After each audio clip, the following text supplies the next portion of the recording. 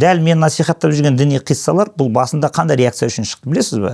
Бұл 2013-2014 жылдар Қазақстанда бүкіл қазақтың салт дәстүрлерін бәрін мансұқтайтын, беташарды күнәға балайтын, ешқандай әулиенің басына зиярат жасауға болмайды, жетісін қырқын беруге болмайды. Бұның бәрі ширк деп айтатын салафизм, ваххабизм идеясы, насихаты қатты мынандай бір ауқымды екпінді жүрген кезде соған реакция ретінде шыққан бұл. Фейсбукта 2014 жылы ұмытпасам, осы Қазақстан қоғамында өте бір танымал бір ақын беташарды ширк күнә бұлай жасамаңдар деп ашық мәлімдеме жасады. Беташар деген тек қана қазір қазақта ғана қалған бір өте әдемі дәстүр.